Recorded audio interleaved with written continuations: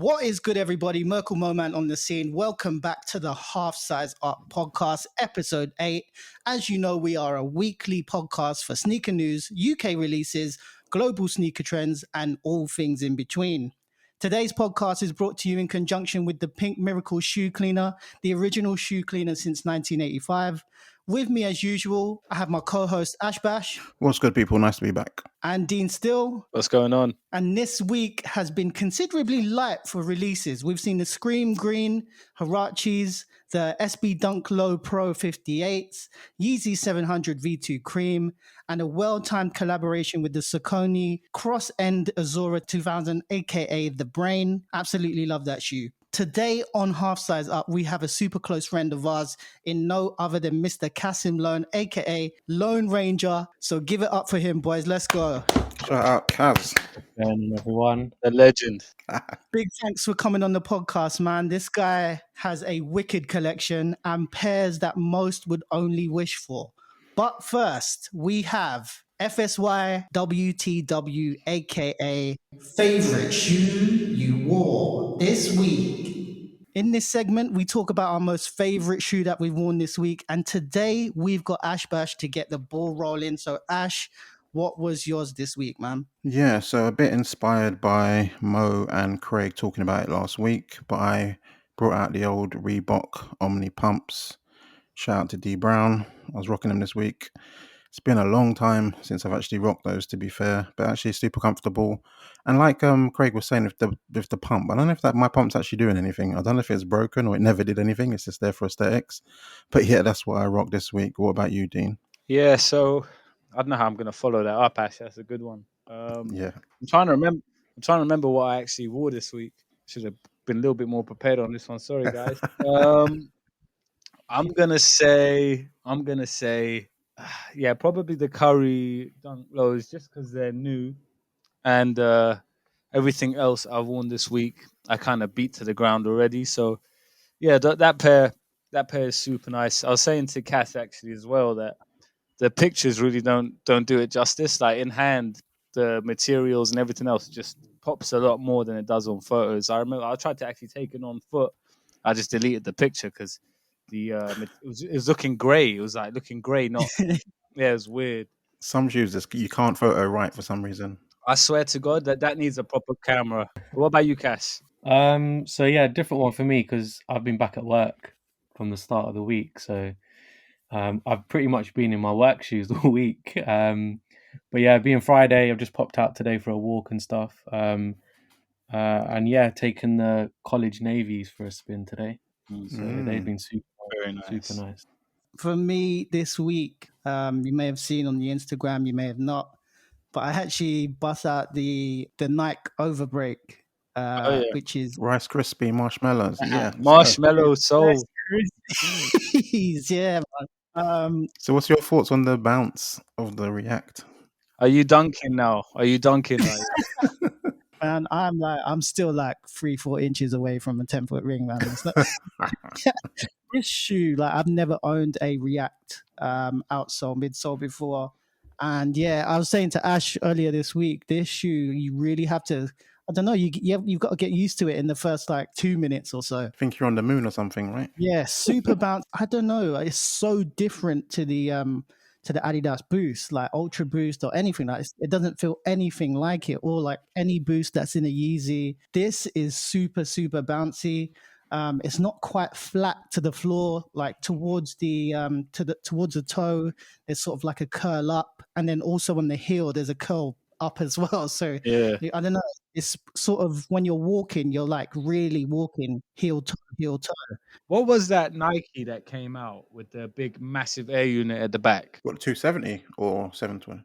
270 had it at the back, yeah. 720 was the whole bottom. No, the massive one, like is like huge at the back, and there was a lot of hype around it when it dropped.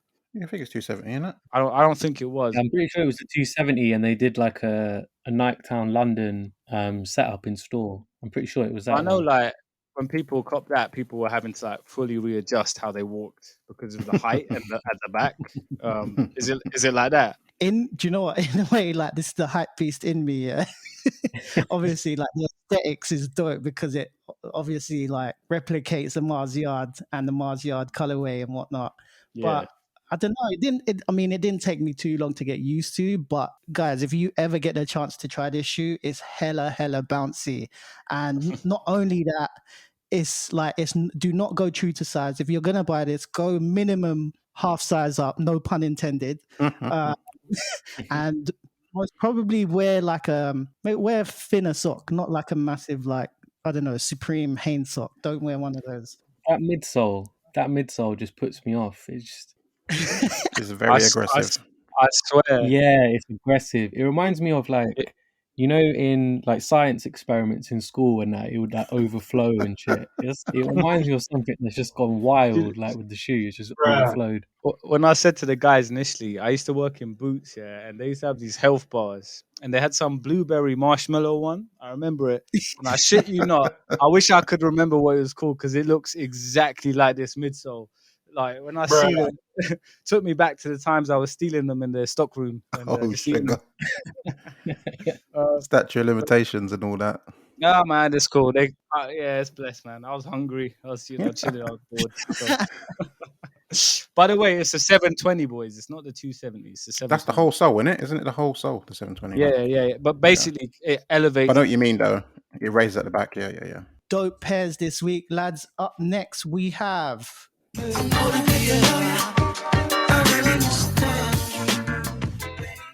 In this part of the podcast, we get to know our feature a little bit more. And because we have Cass on the show, we want the listeners to know a little bit more about him. So let's go to the man himself. Cass, the first question we're going to ask here on HSU is... You put me under pressure. This is so generic, bro. It's so generic. You're fine. No wrong answers. What got you into sneakers, man? What shoe got me into sneakers? Nah, just in general, what got you into sneakers altogether? I've always been like interested in sneakers, like from way before like school days, begging my mum to buy me some shoes from Foot Locker, and she would like direct me to the sales rack saying, look, we're only spending this much. But like I don't know, it's just like I've just always been into it. Like it's even from like with school days, it's been like, who has the freshest kicks or who has something that no one else has.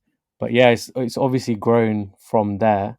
But I would say in the last 10 years or so, it's kind of probably may have got out of control a little bit.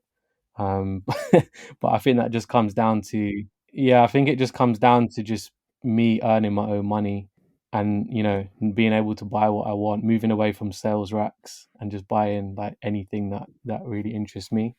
I think you'll always like, for our sort of age range, you'll always get somebody who got into sneakers, let's say college years, sort of when you started to make a bit of money, started to be able to buy things that you actually like. So yeah, it's like late college, early like uni days. Yeah, same story, man. And Cass, what is your favorite sneaker silhouette? I have no idea what he's going to say.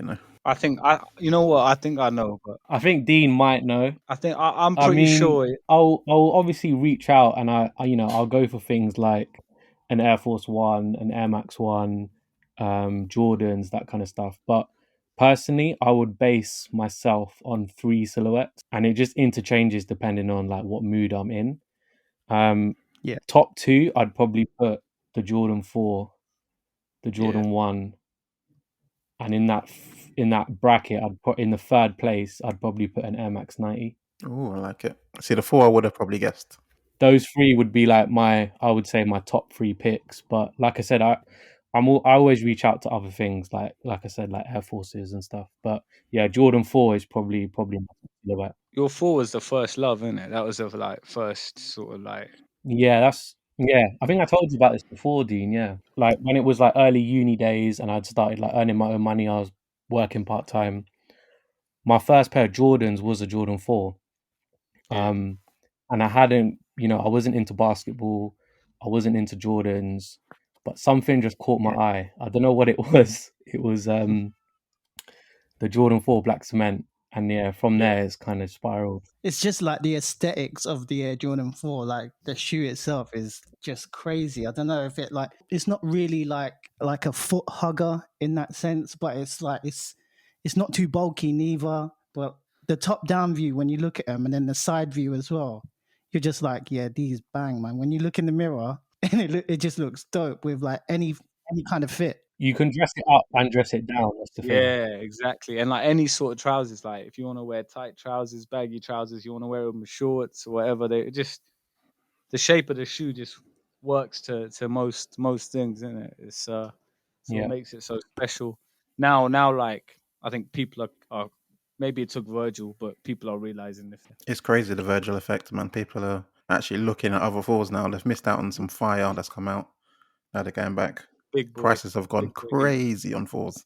Yeah, man. I used to get angry at like at people that didn't have like 4s or 5s or something like that. And I Yeah. just always forget, you know, like not everyone's into the same thing that I am, you know, and I don't know, it just used to make me mad. like, why don't you have Air Jordan 4? Why don't you have an Air Jordan 5? I bet now you wish no one liked fours, so it's easy. Cass, did you have a pair of Air Jordan 1 lows, Chicago's? Yeah, my Jordan 1 lows. Yeah, the Chicago low, yeah. It's a bit of a Marmite though, isn't it? Like some people say they don't like lows, some people are into it. I personally like them. The thing is, there's them two different lows, isn't there? There's like the real ones. There is, yeah. Then the Yeah. sort of fat lows, the skateboardy kind of ones that are more popular these Yeah. days. Yeah, there's like the OG low shape, which is essentially just the Jordan 1 high, but it's just Yeah. been cut. Basically. But people don't even look at that as a pair anymore because they don't see them. You've got like the fat Jordan lows as well with the bigger tongue, a bit more funky. The newer shape that everyone's buying. Do you know what though? Like I do think even with the OG shape, yeah, sometimes they do look like bowling shoes, especially the Chicago's and the darker color. Like, even my like UNC costumes, I'm looking at them sometimes. I'm like, they're a bit long looking, isn't it? Like the toe box looks a bit long. See what I'm saying? No, it's got a long shape to it. You're right. Yeah, like sometimes it can look a bit. But it's a fire. I think it's just the swoosh. The swoosh just looks longer on the low. Is it actually longer? Might be, but it just looks longer. No, yeah, the swoosh, like it nearly touches like the lace aglets in that sense as well. It's that big, isn't it? I still like it though. Like it's definitely like the kind of sneaker that I would cop. Cass, who are your sneaker influences? I don't know. I try and just go for like what I prefer and what I'd wear and what I like.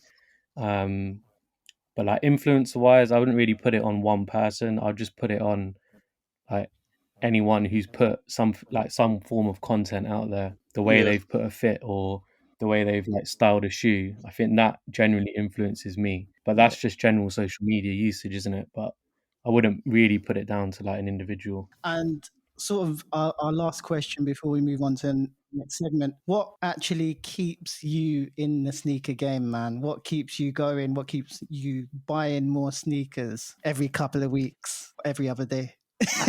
It's hard because there's literally, you know, you could count like 5 drops every week constantly, like back to back. Yeah. I mean, yeah, I'd put it down to silhouettes that I like I said before, like the 90, the Jordan 4, Jordan 1, just the sheer volume that's coming out. I mean, some of them obviously, you know, you guys have spoken about it before, some of them are quite, you know, trash or controversial, but you know, the ones that come out and you think, oh, it's a retro of this or it's a retro of that, like something that's come out and I've never had my hands on it purely because it hasn't released for 15 years. Stuff like that is you know, keeps me in, it keeps me interested, keeps me wanting to cop new pairs. It's hard to get out the game if you want to, because you'll see a picture, you can't avoid it. Yeah, you get to a point where you think, oh, you know what, I've got everything that I could possibly think of, or I'm content with my collection, and then you see something else pop up. This is coming out next. Out of the blue. Oh, yeah. Very true, man. That's why that one cop a month is impossible. Because Yeah. it's always something else. I tried the one cop a month. You know, hats off to Dean, yeah, because you've stayed strong with this, but mine's just been demolished. Like, No, Dean's gone. mine is. Yeah, I mean, you when we spoke, I won't say the number, but you're well into double figures. Well into, yeah. Well, damn. You know what? I'm up to 6 now, so I'm not doing 2. I'm at 2 a month. I'm on pace for 2 a month, so we'll see. We'll see. We're crazy, man. People will buy like 1 a year, and we're on 2 a month. Bro, Good. I remember I was it was about a year and a half ago. I was at the pub when we could go, and I think it was like Christmas Eve, and I was chatting to one of these girls I went to college with, and she was telling me about her boyfriend and how he loves shoes, yeah. And then he comes over and he's like eager to chat to me, and he goes, "Yeah, man, I grab like 10 to 12 pairs a year," and I was like, Right. "Yeah." That's my Uh, December.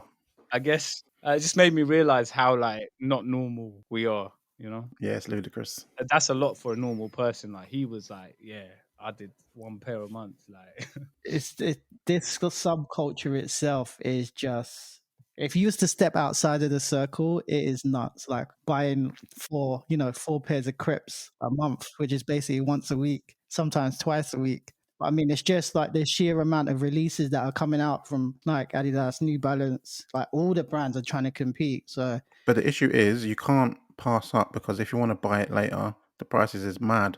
So you kind of just but like have to do it sometimes. but do you know what I've noticed? Yeah, like sometimes, right? You know, you like want a pair, yeah, and then you take the L, and then like 2 3 days after the L, you're like, I don't even want it that much anyway, right? And like that can happen. Like no, but what I was saying on the like flip side of that, right, is sometimes, right, you really think you want it, and then you don't get it, and that's what makes you realize a couple days after you're like, I didn't actually want that much. Do you know what I'm saying? So like it goes both ways, doesn't it? Yeah, big time. There's a lot of pairs that I said I wanted it badly, and I'll take L. I'll see the price and I'll be like, I'm not paying that. And after a while, Yeah. kind of just move on to the next thing. And then that's the thing. There's always something else out. You can move on, but Yeah. then you know how much you want it if you end up paying that or go back to it. Some pairs you just gotta go for it.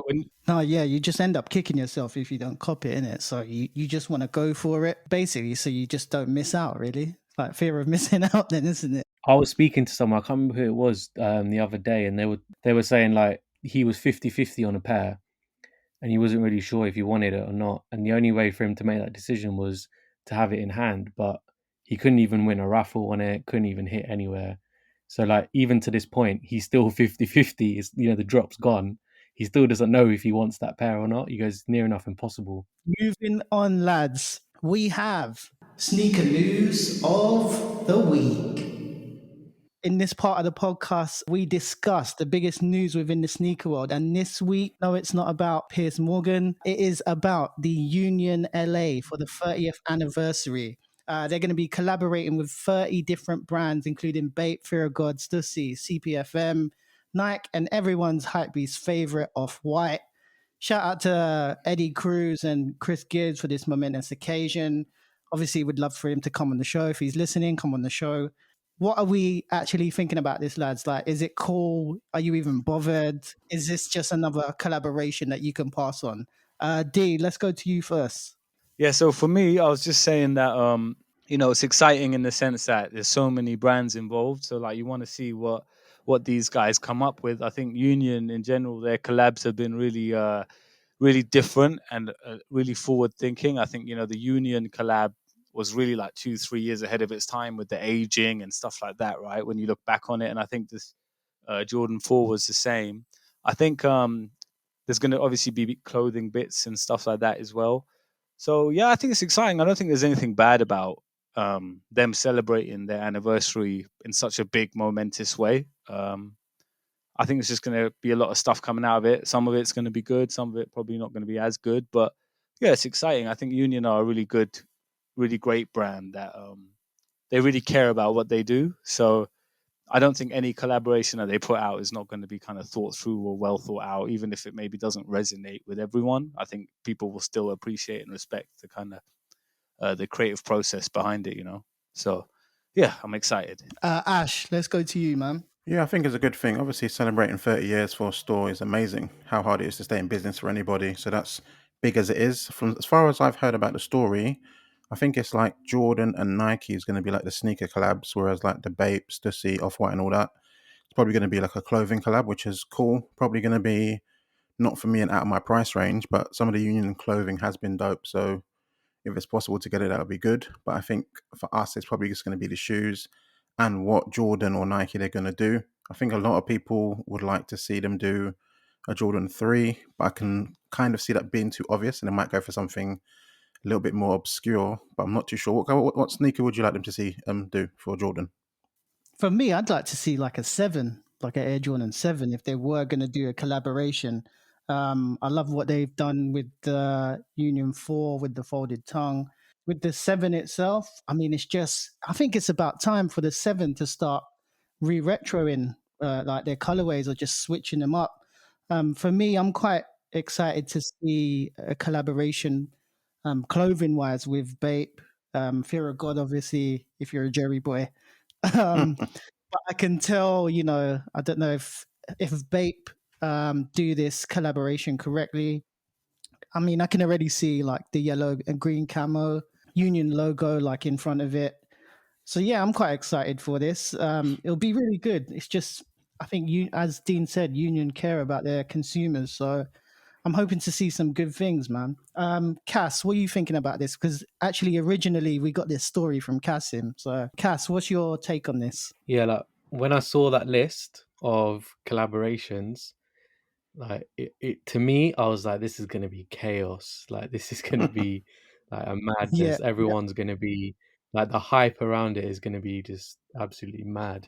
But yeah, I mean, thinking about it after that, obviously you've got collaborations with clothing and shoes. So looking at the list, obviously a lot of the things you might be thinking, like Stussy and like Off White, potentially that might be clothing and not shoes. So yeah, I'm interested to see what it's going to be. But yeah, like we were saying, you guys were saying before, collaborations with Union and Jordan Brand, like in the past, have been like they've just been crazy, like material wise, execution, stuff like that. So the only downside is they've to me they've done a 1 and they've done a 4. So Kind of the best two already, isn't it? yeah, like they kind of just started like too high, haven't they? Well, for me. So if they do other silhouettes, it'll be good to see. How interested I'll be in them, I'm not too sure. But yeah, the clothing side of it will be cool. But yeah, I think it's massive way to celebrate 30 years as well. for sure, man, for sure. And also, we actually wanted to do a little double sneaker news of the week, and we wanted to get our take on the Air Max 1. Evolution of icons. There you go. Thanks for that. Yeah, so we just wanted to get our take on it. Myself and Ash jumped on the panel clubhouse chat just a few hours ago. Shout out to the panel. And there was some really interesting conversation on there. Ash, let's go to you. What's your take on this shoe that's going to be coming out on Air Max Day? Honestly, when I first just saw pictures, I was like, meh.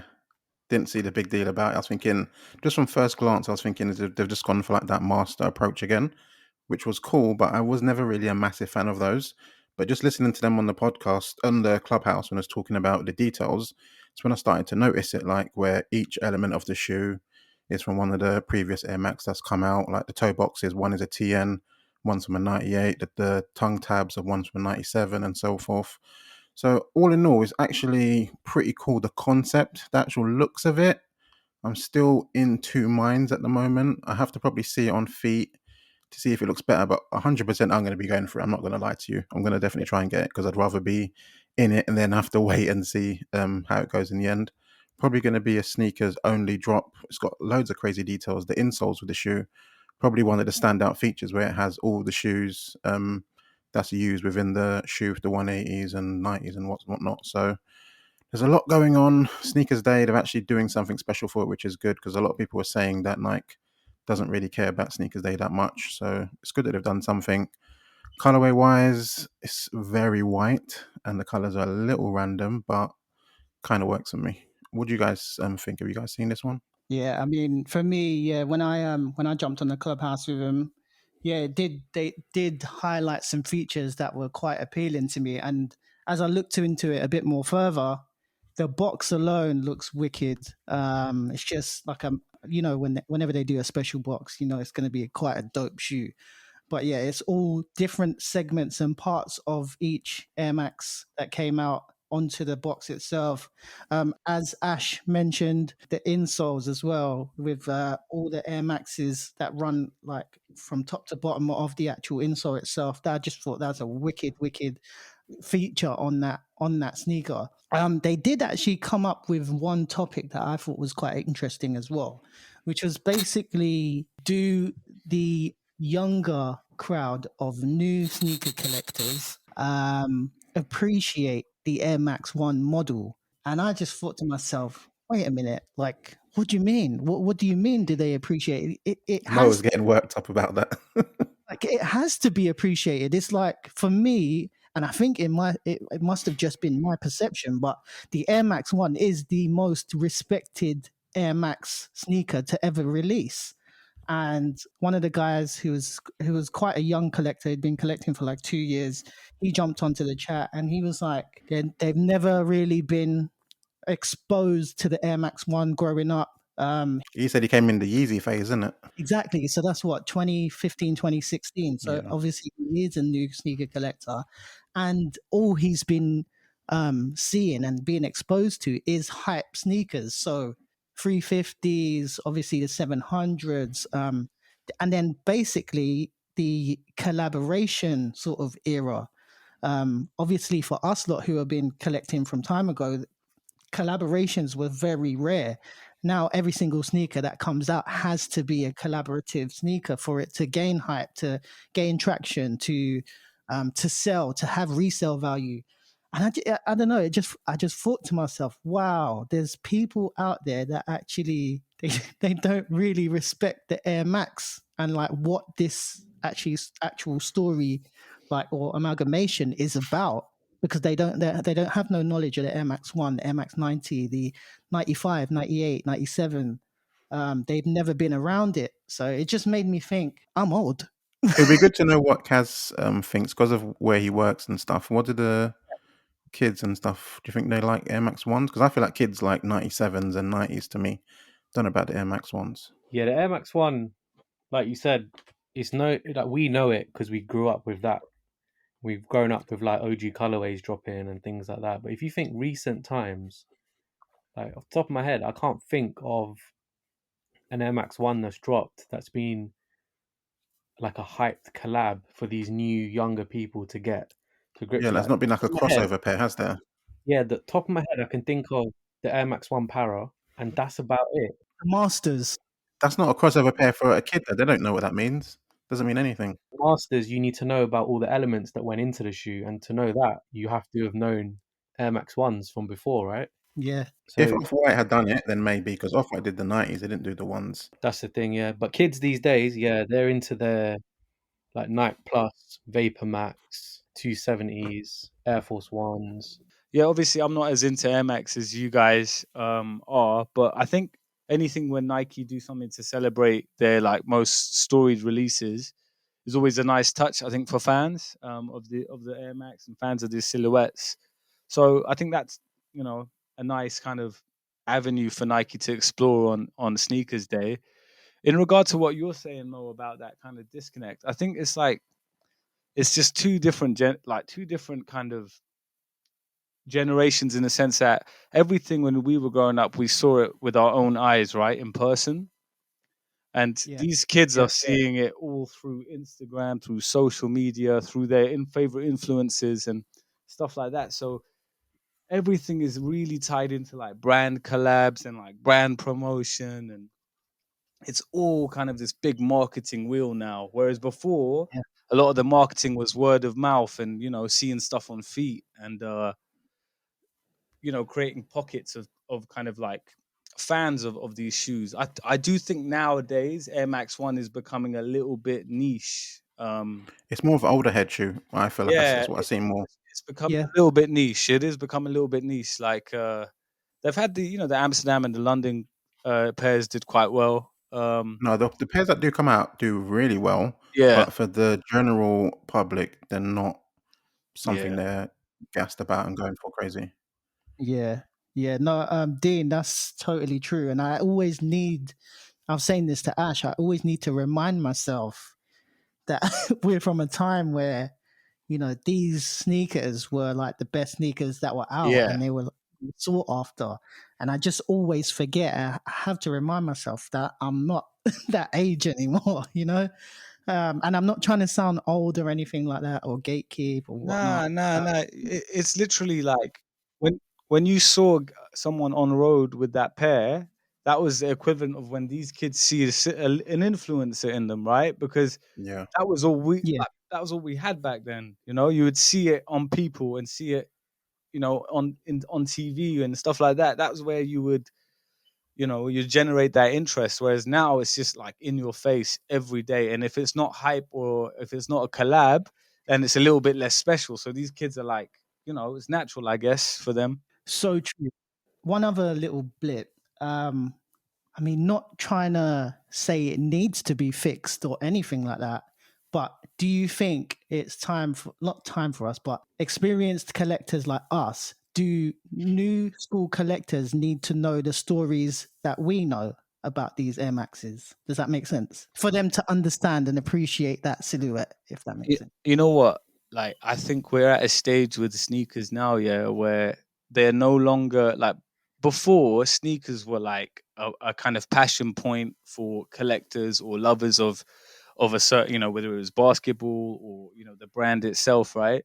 Now, sneakers are so tied into fashion and high fashion and that kind of space where the story doesn't matter as much to these people as long as it looks good. And Yeah. that's not me Mm. saying it in a judgy way. It's that it's like a disconnect between, what we were kind of experiencing growing up to what these kids are experiencing now. Like, it back then it was like, oh wow, like it's like kind of groundbreaking designs that you didn't see, right? And they were special. Now those groundbreaking designs are the GRs, and the special pairs are the ones with someone's name attached to it or a brand attached to it. And Yeah. yeah, so I get you, Mo. Like, you have to remind yourself that it's like when you kind of see yourself, sometimes you want to judge like this kid, right? Like, not this particular kid, but in general, you feel like, oh, that's really annoying. But then you put yourself in their shoes, and it's like, probably I would probably do the same thing. So it is hard. It's hard to kind of. I totally agree, man. I just need to keep myself in check and just be like, there's youngers who are starting to collect now, and whatever they're exposed to is what they're gonna go for. Mo, it's just like the whole thing with mids. There was a conversation, funny enough, on Clubhouse as well. I think it Yeah. was Rain who was asking, why do people hate mids? And I wanted to talk, but I couldn't bother to talk at the time. But what they were saying with people who hate mids is like they were trying to go on like, what's wrong with mids? They look fine, but it's not to do with the looks. It's to do with the fact that most of the time they're cheaper. They're cheaper, and like how they're made, Yeah. terrible quality, and the Yeah. colorways are generally really rubbish. They do like a bread pair, which is close to a bread one. And I Yeah. see why kids are buying mids because they've probably seen a pair online, a grey Jordan 1. Then they see Yeah. in a shop, oh, there's a grey Jordan 1. Maybe that's the one that I saw online that everyone wants. They're just going to buy it because they're going to think that's the same thing that we're wearing.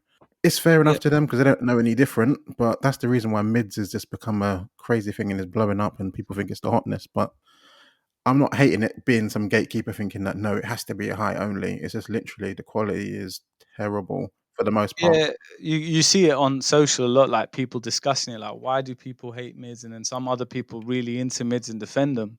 And I don't like mids. I'm not hating on mids. I don't like them. I've never liked mids. The shape, the tongue, there are little details like Ash said as well with the materials. They're always rubbish in comparison. And what you see now is that it's that ease of access, right? So like Yep. they can't cop Yeah. the highs or whatever else, but these mids are on the shelves, right? And a lot of them, there's some OG knockoffs. Like amount of times I've thought knockoff Royal was an actual Mate, high. the Royal, I was going to say the Royal in JD all the time.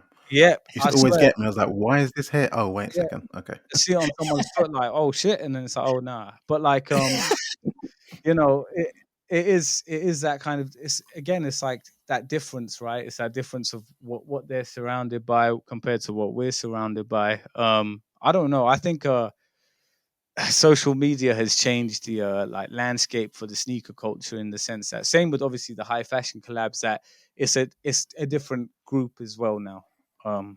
It's not just about Yeah. the passion point behind the shoes. Going back to what Mo was saying as well about, do you know the backstory or the history of a particular Yeah. shoe? You look at the Fire Red 4 that came out a couple of months ago. There's obviously people like us went for it knowing, about that shoe, what it is, but there's also people that just got into fours purely because they were exposed to things like the Union and the Off-White, not actually knowing Yeah. the background of what that shoe is or where it's come from, just the fact that it is a Jordan 4. And a lot of kids jumped on that, and wanted to buy that shoe. So, yeah, you don't need to know the story behind it. It's obviously nicer, but Stories is a bonus for some people. Like, if you just like it, you like it. It comes back to the whole like when somebody on social media just comes up with 2012 fours. Oh yeah, I forgot I had these. Yeah, right. Oh man. Anywho, moving on, lads. We have HSU question time. This is the part of the podcast where we give you, the listener, a chance to ask about absolutely anything that's going on within the sneaker realm.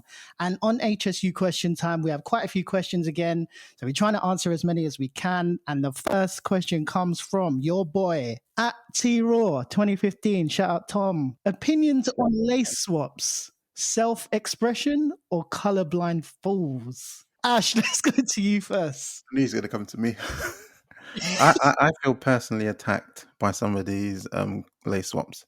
I feel like people are actually doing it on purpose to piss me off because they know that I hate most of them. I won't talk about a certain post because I don't want to call anybody out. I saw something outrageous this week. But anywho, lace swaps in general is not a bad thing. Like, it can be super dope. But as I said, funny enough, even today, like, you don't need to throw sale laces on every single pair you own. Like, it does work. It does look dope on a lot of pairs, but it doesn't have to be on every pair. Don't have to make everything vintage. Some stuff came out in 2021, and it's not a bad thing that it came out in 2021. But yeah, lace swaps can be dope. I've done some and they're fine. I've done some that have been terrible, and I'm like, I don't know what I was thinking. So it can happen, but everyone just wants to be special and stand out. I get it. It's the Instagram age, but yeah, please, no neon laces on shoes that it doesn't work with. Please. Dean, let's go to you, man. Yeah, pretty much similar to Ash. Myself, I'll occasionally do a lace swap. Like some of the ones I've done in the past have been fucking terrible. Like I've done some absolute horrific lace swaps back in the day. Just trying stuff out. You get influenced. Like you do get influenced by like seeing stuff on Insta. Like, oh, maybe I should try that. I remember like I'd never ever do any lace swaps on ones, and I started seeing it more on Insta, and I was like, like maybe I'm missing out on something here. So I get sometimes that people want to give shoes a little bit of pop or a little bit of color, but like we've said before, and I don't want to be a hater because people seem to get very upset if I say stuff about things like laces or about what I like personally, but some shoes just don't need that hyper bright lace in it. Like, for example, don't. like the mocha ones, right? Like black laces look great, white laces look great, sail laces look great, brown laces if you want to go there that will look great, cream, whatever, right? But why do you have to put in a like I don't know whatever light bright yellow or lime green thing in there? Bright Like pink. to me, I get that maybe someone's trying to be a bit loud or expressive, but you're like not letting the shoe be the shoe. Like the shoe is just not existing in the way it should exist because you've got a completely off color on there. And yeah, I mean, like I said, you see some really crazy lace swaps every week. I'm at a point now where I just tune them out because I just like yeah, I can't like tolerate some of them like myself. I see some of them and they annoy me. Like you just ruined that shoe. So yeah, I mean, we'll call it it is self-expression, but I do think some people get lost and like just try and like really make the shoe their own in a way that like no one else is doing it like me, So yeah, I don't know. What about you, Cass? yeah, I mean, some of the lace swaps you see are just absolutely ridiculous. Like you said, like the neon and the stuff like that. I mean, it's just, honestly, I just don't get it. Um, to, I'll be honest, looking back, the pink lace and the Travis Scott one, like looking back at it now, I'm thinking, what was I even thinking? Like, I don't know what. That was the go-to for everybody. I don't think that was that bad. I don't It's think not that was that terrible. I bad. don't think it's I don't terrible. think, do you know what? I seen much. I think the red lace when people were doing the red lace on that pair, I didn't get that. I forgot the I red didn't get lacy one with it. like I did not get that blood deep red against the brown. It's just Yeah. weird. Like, Yeah, But do you think if the Travis didn't come with pink and people were using it, I think we would diss it more than we do. we would. Yeah, we would. It's true. It's true. yeah, I think it just needs to be kept subtle, really. Like Dean was saying with the mocha, there's certain things that will go. Next question, lads, is from @condemned_dreams. shout out Lyle. What criteria must a pair meet to be considered a grail? I'll go with this one, lads. I always think to myself, a grail cannot be a grail if it's released in the first 5 years, maybe even 10 years. It's got to be a shoe that is super unobtainable, something that's not actually on StockX, something that you would find like thrifting, and it's kind of like it's already 6 out of 10 beat. That's like a grail, isn't it? But I mean, it's still a grail in a sense that it's still wearable. You can maybe give it a brush, give it a clean. I don't know, put some laces on it. But I always think, yeah, a grail can't be a sneaker that's been released, I'd say, within the first 5 years. It doesn't roll with me properly. Ash, let's go to you. What are you saying? See the time frame on it. It's a tough. I don't know if I'd put a time frame on it. It's too tight, but definitely not within 3 years for me. It doesn't have to be super duper old, but for me, it's got to be something that's like. To be fair, I don't know. Yeah, because I think a Grail's got to be something that's hard to get. Because I was going to say a Grail's is your favorite shoe, but then that doesn't make sense because then it's why is it the Holy Grail if you can just buy it over and over and over and over. But to me, yeah, it's got to be something that's hard to get. It could be on StockX, but it's at a price where you're probably never going to pay it, or it's something where it was released in so few places that to find it will be some crazy, crazy hunt. That's for me what I think a Grail is. I don't have any shoes that I would consider a Grail. I just have shoes that I really love and consider my favorite shoes, like a Bread One or Black Cement Free. These are shoes that I've always wanted to have, but I always assumed that they was going to come out again at some point. So I never really look at it as some crazy Grail to me. What about you, Kaz? Yeah, I think it's like you said, like it's a shoe that is almost just out of reach. I wouldn't say it's out of reach completely. I think it's something that you is potential there that you could find it. It's just luck. Are you there at the right time? You looking in the right place?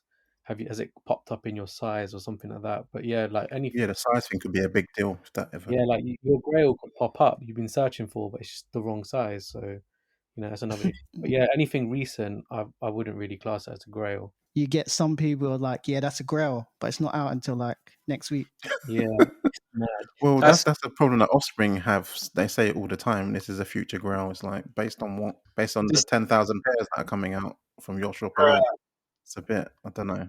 That's my issue at the moment with this kind of topic, is that like what you see a lot is like people saying, "Oh, this shoe's my Grail," and whether it's out or not, even if it is out, it's like it's just come out, right? I'm sorry, but how can it be your Grail if you didn't know it existed 2 days ago or a week ago, right? Like Yeah. how can that be a Grail? Like, Zero hunt for it so far. it's not. This is like a Grail, like the Holy Grail. Like that's something you're aware of. That's something you seek out and you look for. And I think like what you guys have already said pretty much covers it. I think like it has to be like Kasim was saying. There has to be some degree of possibility. Like sometimes I've got saved eBay searches for specific pairs that I could never find, right? And sometimes one pops up, right? I'm sure you guys have seen that as well on stuff you've got, and it'll be like once in a blue moon, right? And that could be a Grail to you. Like, it's old, it's hard to find, it's really rare.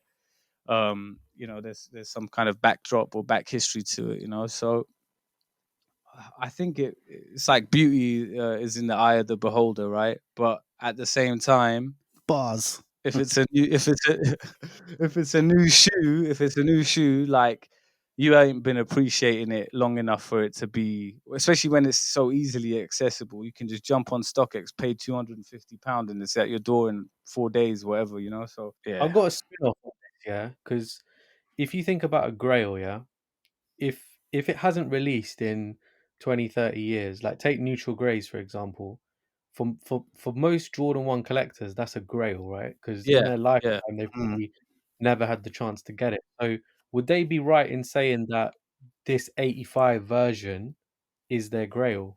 Because it's a re-release of that shoe. I've seen some people saying, this is my Grail, I need to cop it. Yeah. But is it The actually? thing is, though, the neutral grey wasn't that expensive not that long ago. So if it was really a Grail, you could have got it. Like the prices of these retros has only gone up crazy kind of more recently. Same goes with like Nike SBs.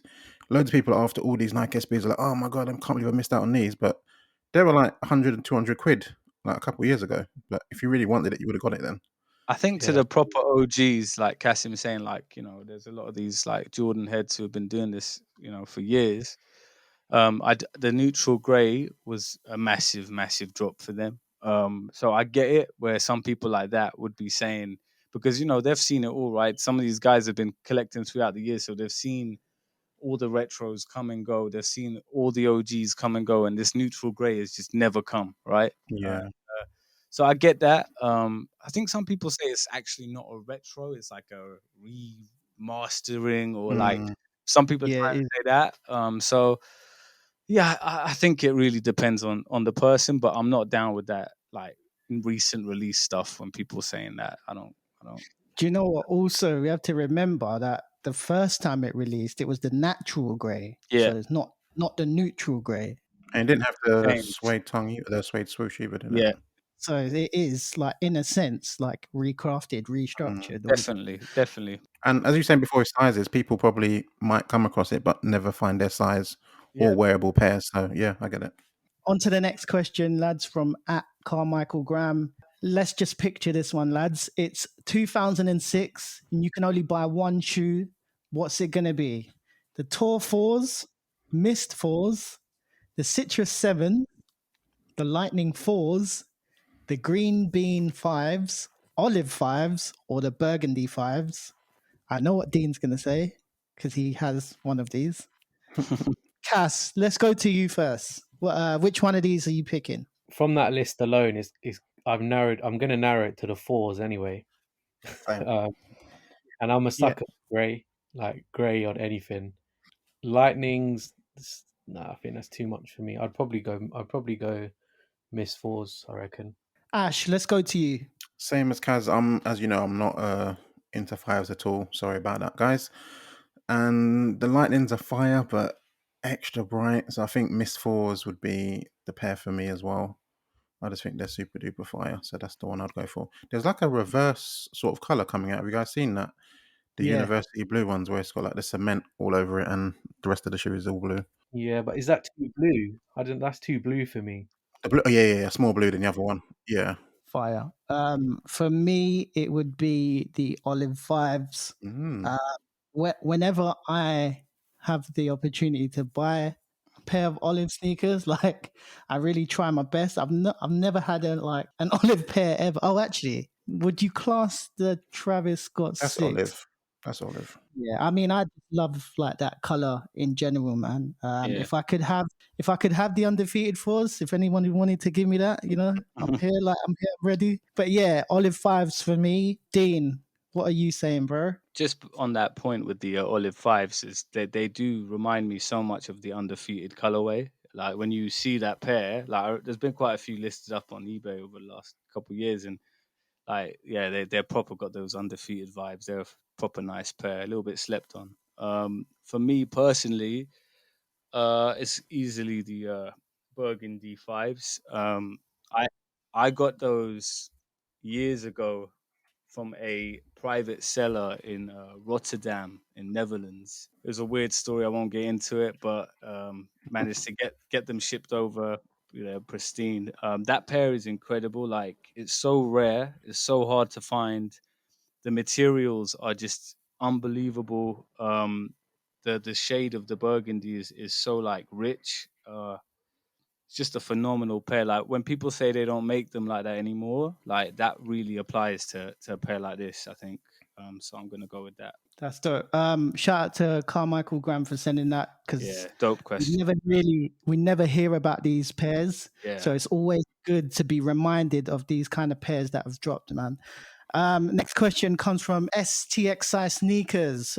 From all the sneakers out there, what hybrid would you create and why? So basically, uppers, midsole, outsole. Kat, yeah, let's go to you, bro. It's a tough one. I thought about this and I just thought, what is the shoe that I would like to see, but in a slightly different variation, whether it's Mm. materials or something. So I'm going with the Jordan 1 Baron highs.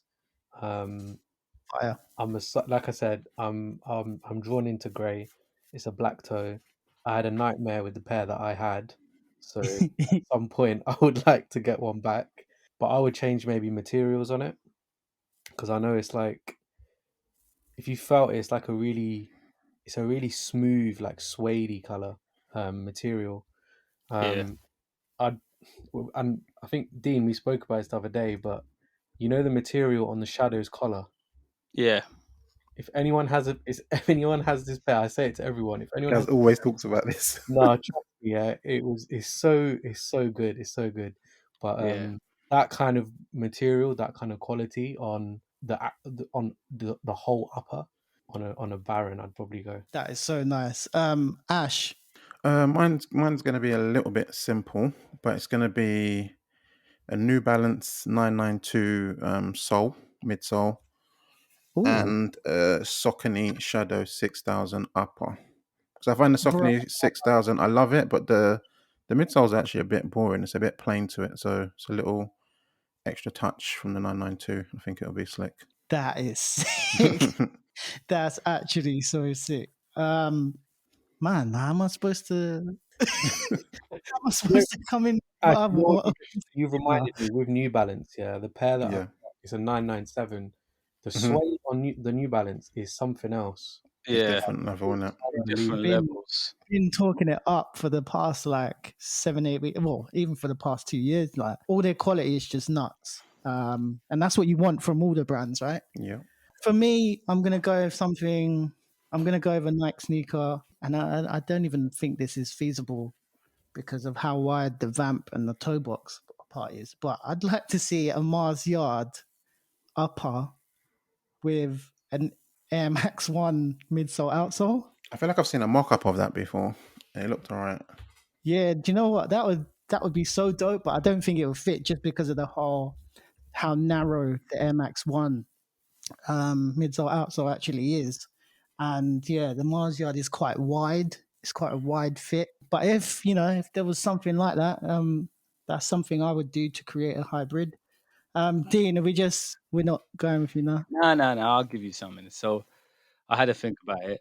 So I think if I could, I would bring back the Air Flight 91, the real high one, just because it's so like retro and like Back to the Future vibes.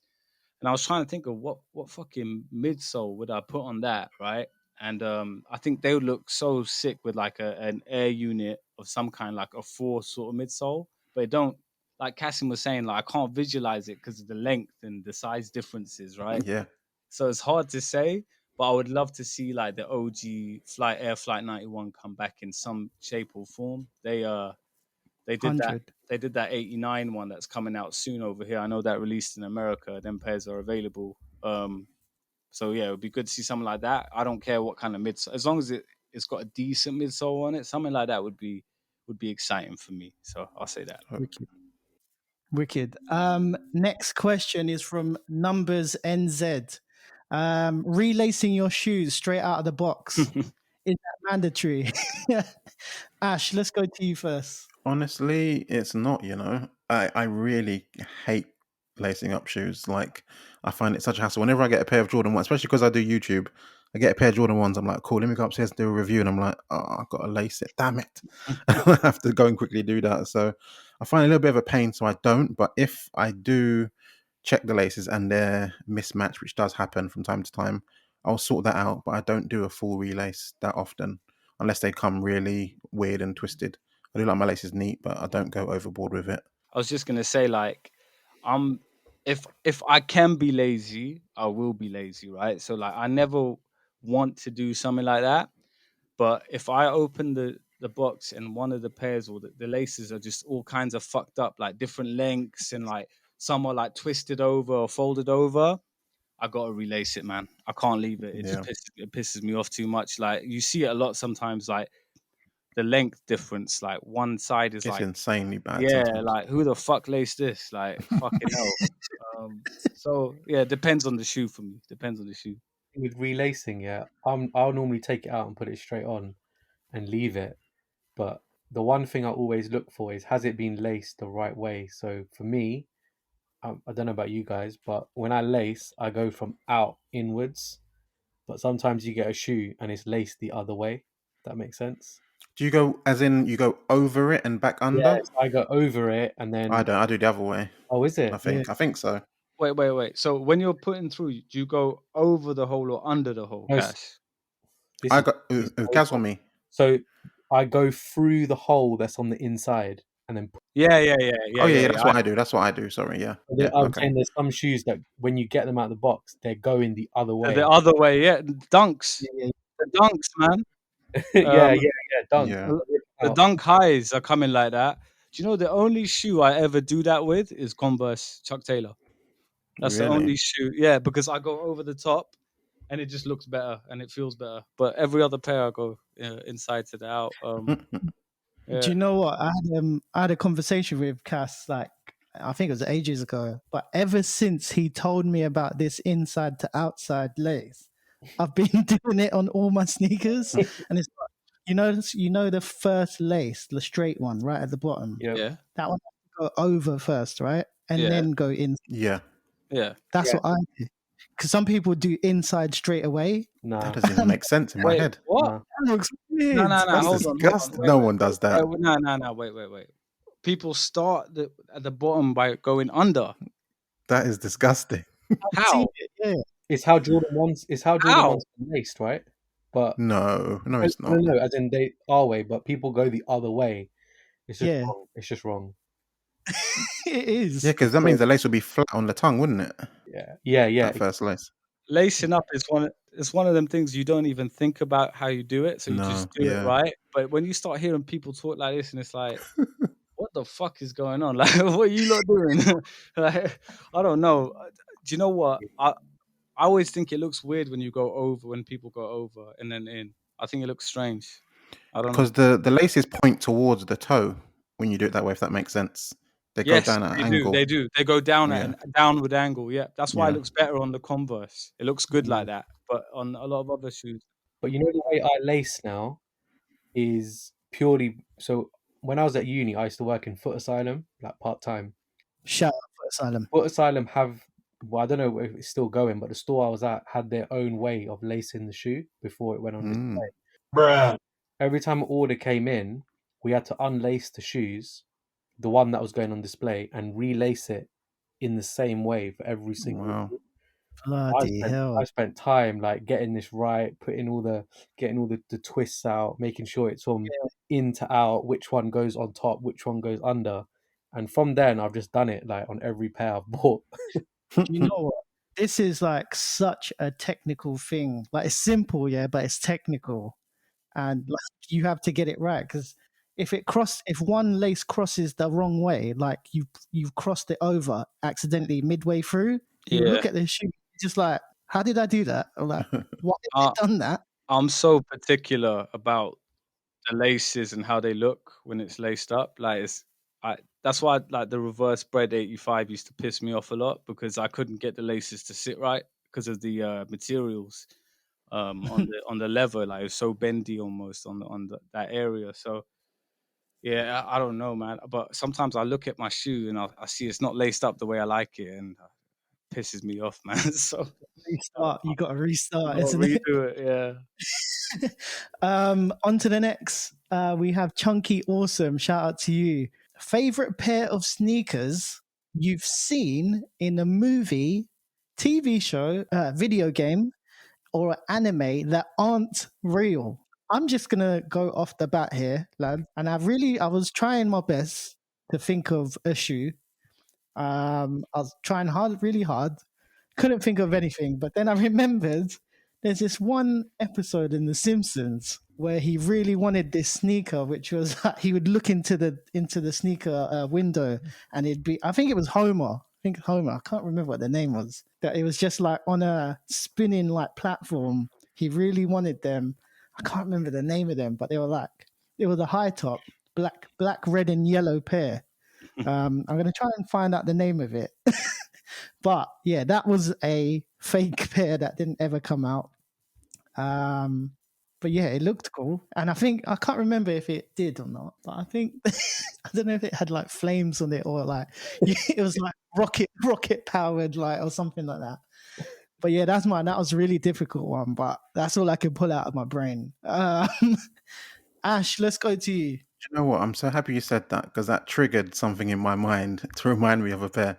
Because I was totally lost. Because that question started and I was like, okay, movie. Then he said that aren't real. Then I was like, oh boy, now where do I go with this?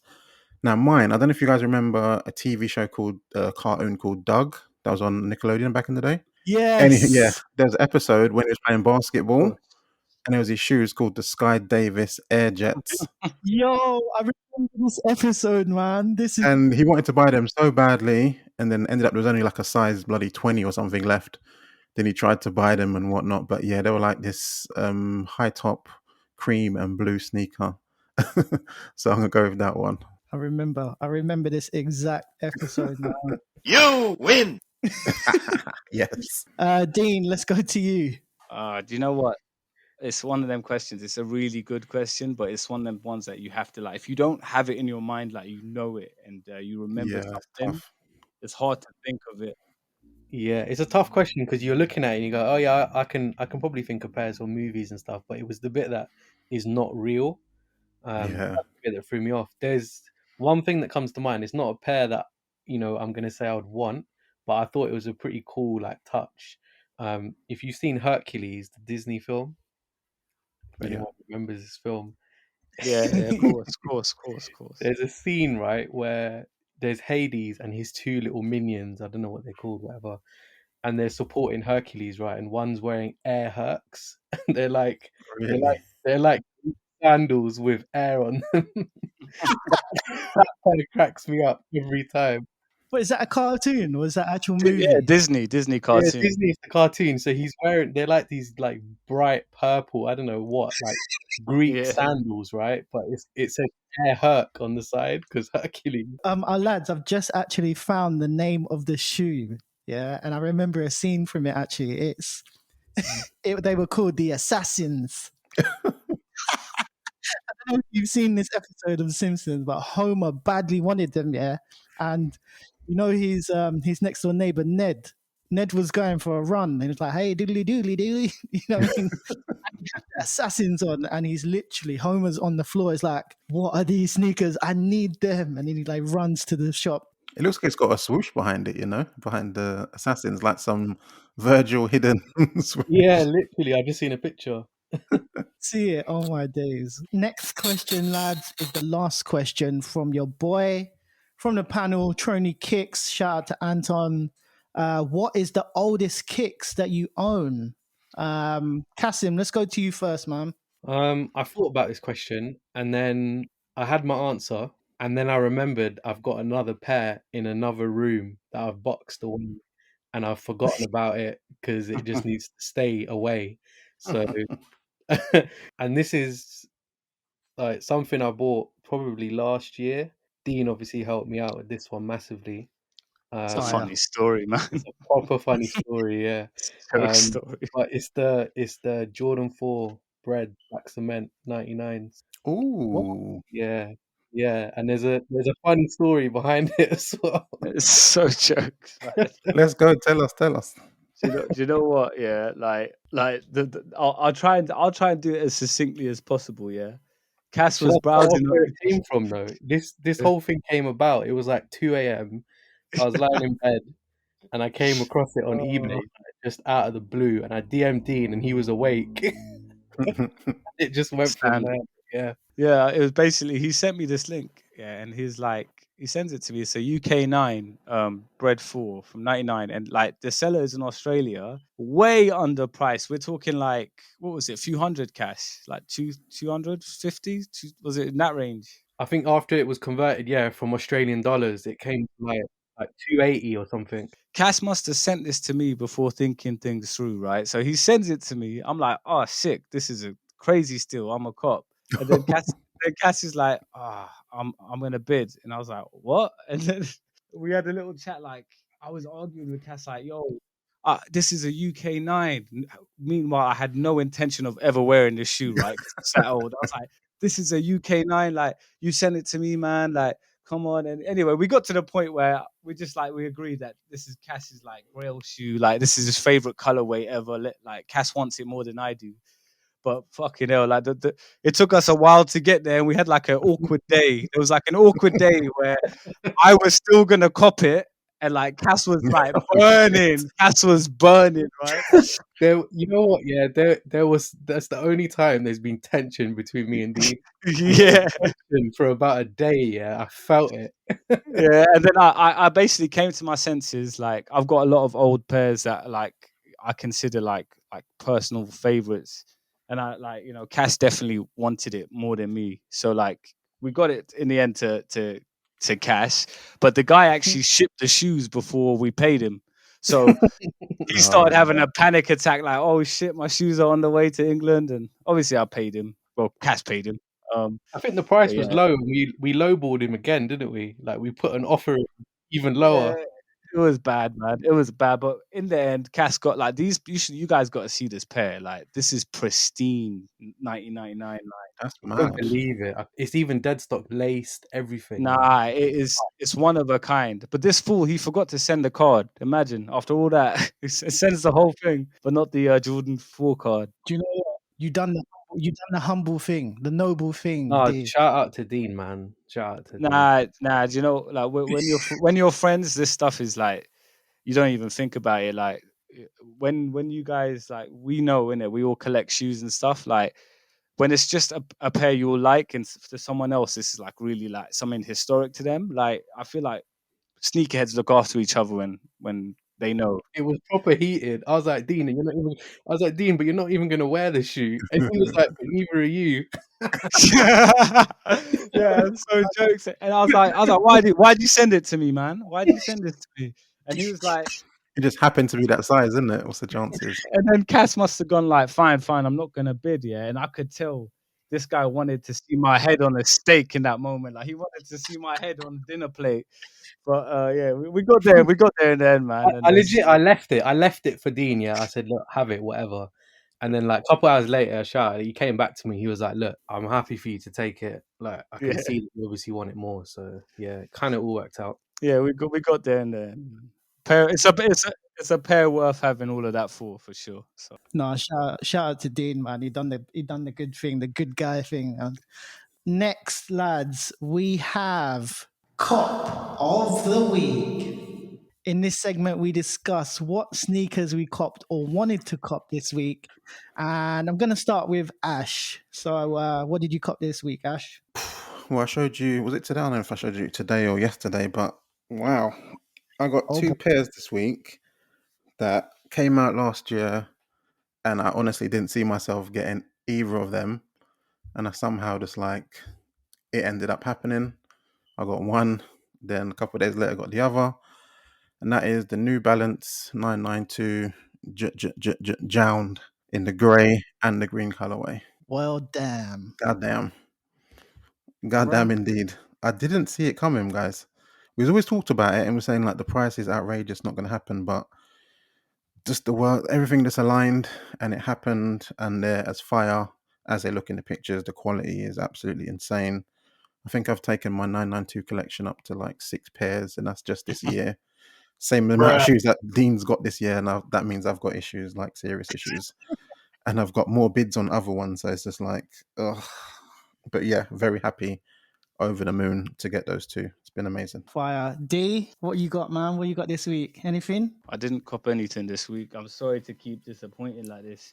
Nah, man. One thing I did cop last week that I didn't mention though, I got them 2004 retro the Dunks, the St. John Dunks Deadstock. Oh yeah, that was fire. That was a big pickup because like on the retro when that dropped, I couldn't get it, and then the resale was like way too high straight away. And I'll pay resale, but I got my principles as well, like, and I wouldn't budge on that. But anyway, this was up for auction. I showed Cass as well. I was like, "Yo, I'm eyeing this up." And I was gonna bid. Oh my yeah, god, not again. I showed it to him and I was like, "Don't bid on it." He was like, "No, of course not." I was a bit scared for a minute. Mainly like with these dunks, right? Like shout out to Sneaker Den on IG. Like he's like serving up dunks to literally everyone in in the world at the moment. But he's always buying dunks, right? So whenever you see these things, you're like, "Oh shit!" Like I hope I can get it before someone else does, like in that kind of like reseller area. And yeah, I got it for like they were just over 200, which is a lot for the dunk, but material is great. It comes with the OG box. Everything is OG. Yeah, over the moon with that cop because that's one of them pairs that they don't pop up often, let alone DS. So and yeah, and it was cancer research. So sending them £200 felt a lot better than Whoa, sending it that's sick. some. So I'm gonna go with that, but nothing compared to Ash's big cops this week, unfortunately. Kasim, let's go with you, man. Any little pickups this week? I've had 2 this week. Well, one was last week, but it arrived this week. It was the College Navy Dunks that came earlier in the year. So yeah, that was I had my eye on it for a while, but I was just thinking about sizing. Like, is it going to fit? Because it was the women's release, so it went up to a 9.5. Oh, really? Yeah, but this is what I found. Like with the women's releases, if you go half down on the men's size, if you look at on the box sticker, the centimeter length of the shoe is 29, which is That's the true. Same in the Jordans as well, actually. Yeah, yeah, you're right. Yeah. the same as the men's UK 10. So yeah, it came in, happy with it, tried it on, fits perfectly. So yeah, that was one. And then there was another one. I wasn't too fussed on missing it. It was the Dunks that dropped this morning on the Nike app. I don't know if you saw it. It's like the blue and the black pair. The Cobalt ones. Cobalt ones, that's the one. Yeah. Okay, yeah. I literally, I literally entered, I think, like 2 raffles for it. I wasn't like too fussed on it. I wanted them, but it's not one of those things. But yeah, I put in it on Nike. I was at work as well, so I put it in and I just couldn't check my phone for ages. But Monzo notification just popped up on my watch saying like £89. I was like, yeah, that's Bang. cool. I'll take that. You know what? Kay actually got those in kid size today for what do you call it, for Kingsley? Yeah. Yeah. She didn't even tell me it was coming out. She just said, "Oh yeah, the one these." I was like, "You didn't even get me to try and get in for it." But yeah, she got a dub on that today. For me this week, lads, I copped one pair. I was I'm in and ahhing quite a bit. I was sort of asking the lads, should I get this? Should I get that? And then I just thought, F it, gonna smash the wallet. Let's go. So basically, Always so the wallet, Mo. I try not to, but I've been really good, I think, this March. February was another story, but March I've been good. So I've managed to pull the trigger on the Fragment Freeze. Nice. And you know what? It's been a long time coming, but I'm so happy to finally have them. Actually, they're not actually in hand yet, so I could be snowed it, and I don't want to jinx myself. But yeah, I've actually pulled the trigger on that. Managed to get them from from our trusty friends on eBay. Yeah, so I'm really happy to pick up these Fragment Freeze. Been a long time coming. Kept seeing pictures and whatnot. And every time, I bought a pair of sneakers, I always just wanted to go back for these fragments. So I think it was just natural for me to like just one day just pull the on it. Timing was good. They're so clean, man. Yeah, I know it's just super. It's quite plain in the sense that it's just black and white. But it's a pair that you would cop anyways, even if it wasn't a fragment. It's just a sick colorway. It's really it's understated, but it looks really good as well on foot as well. Like when you see people wear it. But one thing I do want to point out, Mo, it's only March 12th, bro. Oh yeah. Yeah, well, So you had a good March. It's not even over. Man's talking like we're at the end. Like, oh yeah, I've had a great March. Like, we're still early, bro. Do you know, I've got there's 2 more pairs that I've got my eye on. And if I can get them, then good. If not, we just roll on to April, innit? But yeah, all dope pairs, boys. Up next, we are moving on. So since we have our special guest feature on today, we would like to play a quick game that we would like to call Sneaker First Thing.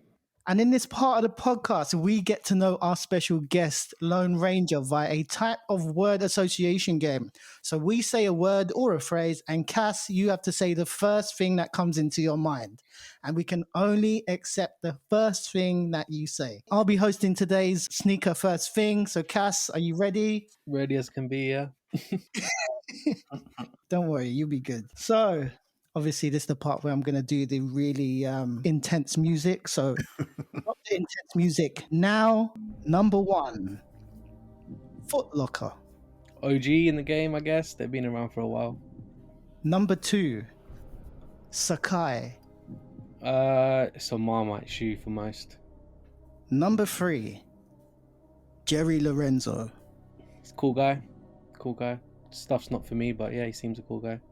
Number 4, Backdoors. You love him if you got him. You hate him if you don't. So true. Number 5, Kith. Overrated for me. Number 6, Anne Hebert. Laughable. Number 7, Tinker Hatfield. OG. Number 8, Jordan Brand. Killing it. The GOAT at the moment. Number 9, Lace Central. You know I'm rocking Relay Central, so shout out to them. All day, every day. All day, every day. Number 10, Adolf Dassler. I'd leave it at that. I got no words for them. Checks all day. Number 11, Space Jam 2. Looking forward to it. Sophomores always disappoint. Hmm. Number 12, New Balance. Underrated. Number 13, Kanye West. Complicated character. Number 14, Palace. Supreme's little brother. Fair. 15, Soulbox.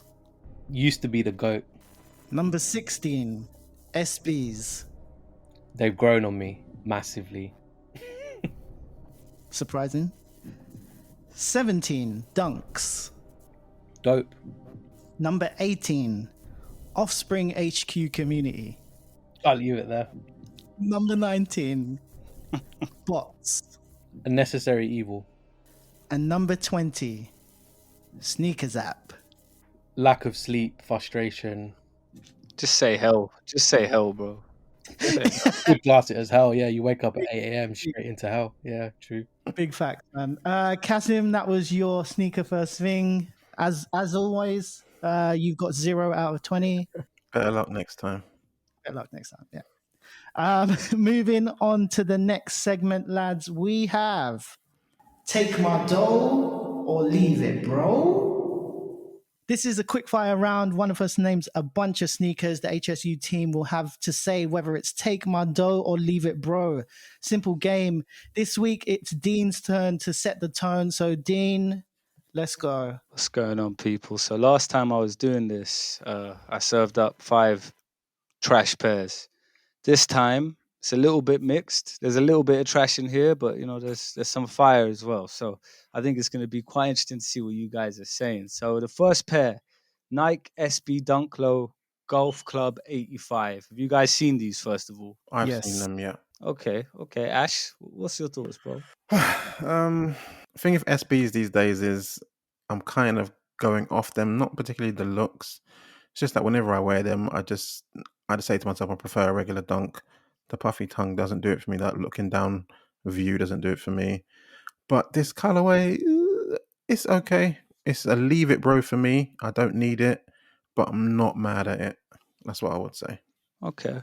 I thought, to be fair, like the color is nice, so I thought you might be tempted. What about you, Cass? The color for me, yeah, same with Ash. It's not really for me, but SB wise, I think the puffy tongue, yeah, it's not for most people. It's not really it, but depending on how you lace it, I found it like if you lace it right to the top, you can kind of hide it, but Push it in a bit, yeah. yeah, like keep it almost like pressed down. But yeah, the colorway for me, nah, too bright. Mo? I mean, off the bat, I do always appreciate a sort of gum bottom sneaker. great midsole. I'm not, as you know, I'm not a massive SB fan. Same as Kasim, same as Ash.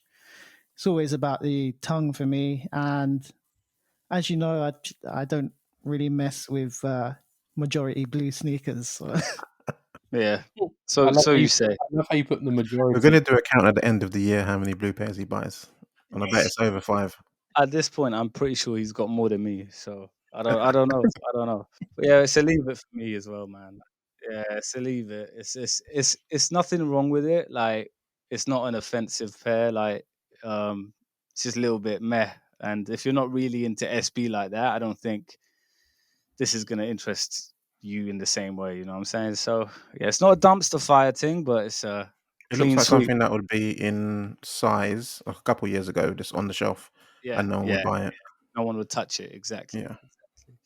Okay, moving on to the second pair, and this is the Nike Tuned Air Max OG Celery, and I'm gonna start with Mo. For me, this is one of those two that I wanted this month. So it's a definite take my dough on these. I remember these came out in '99. So what was I? 14 years old when these came out.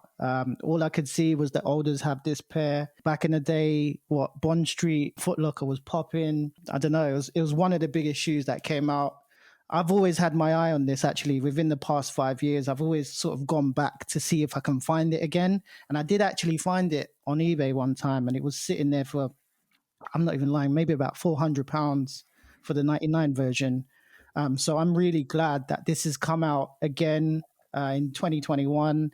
It's given me an opportunity to finally own these. I like the Skepta 97s, which is what this shoe is based on. So for me, 100% take my dough. If you guys don't want it, please help me out. But yeah, take my dough from that one, D. Cool, cool. I knew you would say that. To be honest with you, I think Craig feels similarly, doesn't he, about it? So yeah, I think a lot of people are gonna feel a bit passionately about copping this shoe, but don't know how that will translate on a wider scale. What about you, Cass? Yeah, personally for me, like I see the appeal that it might have for some people. I had a look at some pictures a few weeks ago. I think the panel posted um like a blog post on it, and I had a look. I don't know if you've seen the top down view, but to me, top down, they look like the Adidas Predator football boots. I was going to say football I'm boots. really Yeah. sorry, Mo, but for me, like top down, I get that kind of vibe. I get like the appeal for some people, but yeah, for me, it's to leave it. To be honest with you, I get what you're saying on that. Like I said, I think it's gonna be really popular with certain people. What about you, Ash? If I'm on free kicks, then count me in, and that'll be what I go for. But seriously, honestly, not to be rude, but there's literally nothing about this shoe that appeals to me in any way, shape, or form. It's a leave it bro for me. I don't like them at all. So Damn. Mo, definitely can enter for you, mate. Yeah, no, you got all our entries, bro. I doubt you'll need them, man. I like just the way recent releases like this are going. Hopefully, you won't need them. We'll see. You We'll never see. know. Don't never speak too soon. Okay, this next pair. This is probably the most hype pair on the list, and it's the Armour Maniere times Air Jordan 3. And I'm gonna start this on off with Ash. This is 100% fire. Yeah, Like all day long, everything yeah, about it is just fire. The little vintage vibe is not too much. yeah. The color white and grey, like Kaz, white and grey, just always works. The logo on the tongue with the A instead of the Jumpman on one of the shoes. I love it. I still haven't heard. Is this in a women's shoe? Or is it It's a women's. It's a it's women's. women's? So it's gonna be tricky then, isn't it? Yeah, I don't know what sizing will be like because sometimes they say women's and it still goes up to like 13, doesn't it? So Yeah. like I don't I don't know in that In sense. fact, I'm just on a sneaker news article now, and it says women's 3.5 up to 14.5. Yeah, there you go. So So, that should be fine. And I think we're 12. I think I'm a 12 and a half women's. yeah. So hopefully that's cool. What about you, Mo? Yeah, so for me, like Ash, 100%, man. I need to have this. Actually willing to pay resale on these if I Yeah. don't. Probably what's going to happen anyway. We always talk about like aging on the sneakers. If there's any way that it's gonna be done correctly, I think this is the way, man. Yeah. It's just done just right. Also, like little details, like the inside of the tongue is like quilted. Yeah. That Have you seen the top down view as well? It's got like the exposed stitching, like the edges, like on the Union ones. so nice. Like the Yeah. heel tab itself with that oxidation, Oh, yeah. the heel counter itself, so good. For me, 100% take my dough, man, and take more of it. What about you, Cass? Yeah, like Jordan 3, like I can appreciate it. It's not really a silhouette that I would buy and wear, but this pair, like looking at the pics, the details on it, and like you guys were saying, like it's got that vintage vibe, but they haven't overdone it. I Yeah. think they've got it like just spot on. They've seen that, you know, it's a going trend at the moment. They've kind of, I think, tried to play into that. I think they're sick. I actually think they're dope. I can, like I said, I can appreciate Jordan Freeze, like when there is something like that. Personally, I wouldn't like go out and like, buy it or want it that much, but I think they're dope. I'm pretty much in the same space as that. Like, I'm not a 3 guy, but they just look sensational from all the pictures you see, like from the materials to the aesthetics. Like you guys said with the aging, it's very subtle, but it's done in a way that's just really tasteful. Yeah. And this brand, like they did the Air Force Ones, was it a year ago? Maybe a bit longer now. And that was really slept on and really, really premium. And that's what's going to happen here again. This shoe is going to be like premium as fuck. And I think it's going to be. I don't even think we're going to be able to cop it outside US, are we?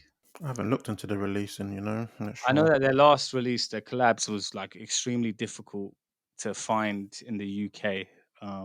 So I Right. don't know, because this is a Jordan 3, there might be a bit more going about. But yeah, for me personally, it's a weird one because I wouldn't, I'm unlikely to wear it, but it is so fire that I still want to try and win it just to Yeah. See it for yourself. just to see it. I just want to see it. Like, It's yeah, it's one of those. This is a special shoe. I think people can be talking about this pair for a long time. Yeah. For real. it's Yeah. them, For you real. just want to enter just to see it. Yeah, you just want to Yeah. see it in hand, like, because Yeah. like it's gonna be premium. But yeah. Do you know what's Anyway. going to happen? Obviously, all of us aren't going to get it, and we're just Oh going to yeah, keep. standard. It's gonna be someone's first 3 out there. Someone's Yeah. gonna hit on it. Oh, that's so painful to hear, man. Anyway, all right, on to the next pair. So this is the Nike Sakai Vapor Waffle Dark Iris. I'll actually start this one off. I love this silhouette. I really don't like this colorway. I don't know what it is about it. Like I like their previous collabs with all the bright colors and kind of the craziness, but for this one, I don't know. For me personally, this is a very easy leave it on a Sakai pair, which is strange, but I'm not feeling it, man. I'm not feeling the aesthetic on this one. What about you, Ash? Funny enough, it gives me vibes of one of the Sauconys that I've got. It's a Saucony Times feature. It's based on like a casino kind of vibe. Has the same sort of purple hues on it, and I don't know. I wouldn't say I'm in love with it. I do, for some reason, feel like these would randomly be more comfortable than the standard mesh ones. That I don't know why. They just look like a comfy shoe in the Yeah. pictures. These are like But nylon, yeah, right? say again. These are like the nylon ones, right? They're like, Yeah, basically. yeah. Yeah, it's more of a nylon one than the mesh version. Um, I'd say I don't need it. I might go for it, but I don't need it. So I'm looking at it now. You know when people grab a bucket and, Yeah. and they put bleach in it? Oh boy. Yeah. You're gonna see people doing this, I think. I still need the black and white pair, yeah. Yeah, same. And I don't know. Could you make this one the black and white pair if you bleached it? most custom coming soon. No, it's on this custom vibe these days. Yeah. I've been mad customizing recently, so I'm trying to see the potential in every sneaker, of how it can be tweaked. Lads, this gives me the New York Knicks vibes. I've Yeah. actually finally got I've got a pair of Grid 9000s, Ash, Yeah. Saucony 9000s in this type of colorway as well. I prefer my Sauconys over this, but yeah, for me it would be a leave it, bro. I could easily pass on this one. Cass? It's an easy one for me. I mean, colors is not for me. Yeah. And yeah, this new Vapor Waffle, it just doesn't agree with a size 10 foot. It's just looks It is aggressive. it looks It does look a bit wild, yeah, but it does. I'll suffer for it for how I like it. Yeah, fair enough. You know, each to their own. But like for me, it's on foot. It's just too big, and it makes me taller as well, which is again, it's the easy one. For you guys, it's good, yeah. But this shoe gives you height, man. It's Like serious, right? this helps me out, and you know. Do you know what? I just think Sakai are a little bit in danger of really diluting their general collaboration with Nike with some of the drops they've had in the last three. I and I feel like this again is just another one of these pairs that Bit of a just doesn't need to happen. Um, those black and white nylon pairs that they did of the first waffles, they didn't need to happen. They literally Yeah. added nothing. They just took away, didn't they? Yeah. Yeah, And I I still think say that people love the white ones. Well, people some loved people do. people did love the white pair, but a lot of people that loved them, like really loved them, was they didn't get the first ones, or they weren't around for the first It's ones, true. right? Yeah, yeah, yeah. Because when you when you have both of them, like when you like compare, there's literally no comparison. I remember your face when you saw them. You were like, "This is shit." Like it's cheap. It is cheaply made compared to the first one, and you really notice it. So I just think it's going to be the same story with these nylon vapor waffles. I think they're just going to be like downgrades on the original ones that came out. So yeah, The thing is, with the color as well, are they going to be as popular as the white and black nylon ones? I don't think so. No, they're I don't too think out so. there, isn't it? Yeah, The Sakai's the market trends are really like interesting. Like you look at like the first set of vapor waffles, and they all go for the same price except the black, which is like 200-300 more pounds. Like it's a lot more, yeah, right? So like I think this is going to be the cheapest one so far. Like I think it's people ain't Easy to gonna get. Yeah. easy to get. yeah. Yeah. Okay. Agreed. Save the best for last here. Bad Bunny, Adidas Forum Low. I'm gonna start with you, Cass. What do you think, bro? we've spoken about like I think Adidas and like what they're putting out in terms of collabs and stuff. This one, I'll be honest, I saw it a couple of weeks ago. Someone had like an early pair like gifted from Adidas, did an unboxing. Um, you know what? It doesn't look too bad. I'm like, it might shock you. For me, it doesn't look too bad, but at the same time, it's just not for me. Like at the moment, anything Adidas is just not. I'm not interested at all at the moment.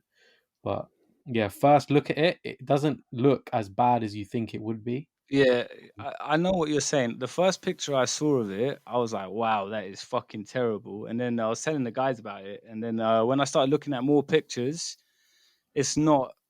Yeah, I get what you're saying. I get what you're saying. What do you think, Mo? Do you know what? Yeah, I actually had the regular black and white pair of these way back in the day. I think it could be even like 2005, and it was the Forum Low. I did actually pick them up like on a sell rack. I think it was in Foot Locker, and yeah, I've actually liked this silhouette. You know, because I had that old school pair. But I don't know, it doesn't resonate with me like it did before, if that makes sense. I know this pair is really detailed and it comes with some extra lace options as well, isn't it? Which would make it look better because there's a picture that I'm looking at right now. It's got blue laces in it and it's a majority sort of. Comes back to the lace swap, though, doesn't it? It comes with blue and yellow laces. I think it's green as well. But I like the earth tones. Yeah, I can see how it is very appealing, to Free Stripe fans. I can appreciate it. I used to have them, so all I can say is I can appreciate the shoe, man. But for me, it will be a leave it, bro. fair. Ash? Like Dean would say, it's an inoffensive like colorway, but the silhouette itself just ain't for me. I think the details are super dope, but I saw a top-down view and they look so wide. It's Yeah, incredible how that's wide that tongue goes. It's madness. that top-down view can really shape the perception, right? Like, because Yeah, like because the toe sometimes, looks dope, but the yeah, tongue is just like fat, you'll see a over fat. side profile, but when you're wearing the shoe, you don't see that side profile. No, You look down, that's what you see, and then yeah, you just see this lack of shape when the shoe's too wide or fat. You just see like this, like just looks weird, doesn't it? So Yeah, and that yeah, strap or buckle on it, I don't like that. It looks better I'm when not it's with not the up. Waffle. So, Yeah. Actually, yeah. come to think about it, when I used to put the strap on Pause. on the shoe, Yo. Hey, yo. it used to be quite uncomfortable actually. Like it Pause would, again. you know what? I'm cutting that. Let me cut that out. Nah, you got to keep that in, man. That's staying in, brother. Mo, the strap-on's got to stay in, bro. Oh, pause. It's got to I don't stay know in. what you're talking about, man. I don't- If you take that out, I'm going to lose it. Yeah, but Wait. anyway, leave it, bro, on that. Yeah. Cool. I think that's all of them. That's a good 5, Dean. Yeah, no dumpster fire, but nice mix. Dope. Right, lads. So that takes us to the end of the podcast. We're about ready to close out episode 8 of Half Size Up. As always, it's been dope chopping it up with you boys. Next week, we have another special guest. I can't remember who it is, so Amazing. just have to tune in next week to find out who that is. But yeah, in the meantime, lads, do we have any shout outs or honorable mentions? Dean, let's go to you first. Yeah, just as usual, shout out to Cass for coming on. He's like a real good friend of ours. So it's just been like, just chatting to the your gang as usual. But like, yeah, thank you for coming on, bro. It's always a pleasure. Really great to hear your insights and you sharing that with people that do listen to us and stuff. And also always shout out to the listeners for constantly engaging and participating and sending in their questions. And it's the whole reason why we keep, come back to do this and stuff, is that especially that you guys like it. So yeah, shout out there. Ash, Again, shout out to the wifey as usual. Shout out to Kaz. Good having you on the pod. I think next time we have you on, we need to go in on the whole off-white thing because your off-white collection is a madness. We need to talk about that. That needs to be spoken about. But yeah, good to have you on the podcast, man. It was nice. yeah, same here. Big shout out to Cass. He's always been such a good friend to us. Just so funny always, like in the group chat. So massive shout out to you, man. Anything you want to say? Just like thanks for having me on. Obviously, been listening to from episode 1. It's good to see obviously the pod growing. It's getting out to more people and stuff like that. So that seems really good. Yeah, just shout out to that group chat. Yeah. Ishma in the other room right now. She's been keeping my cat out of the room this whole time. So yeah, shout out. Thanks, bro. And shout out to the local and global audience. It's been dope having you guys tune in, week out. Big shout out to you. Also, Half Size Up was brought to you today by the Pink Miracle Sneaker Cleaner, the original shoe cleaner since 1985. Use our code HalfSizeUp15 for 15% off your purchase online.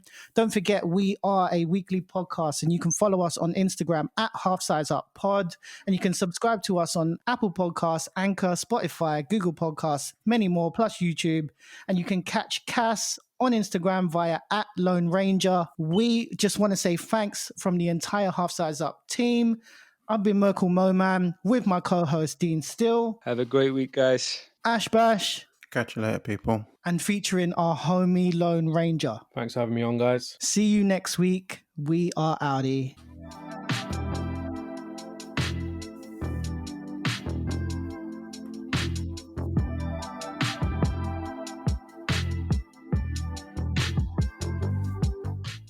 That was jokes. About that strap-on line, man. We've got to talk about that. You got That is staying in. you have to keep it in. You cannot cut that out. It was funny.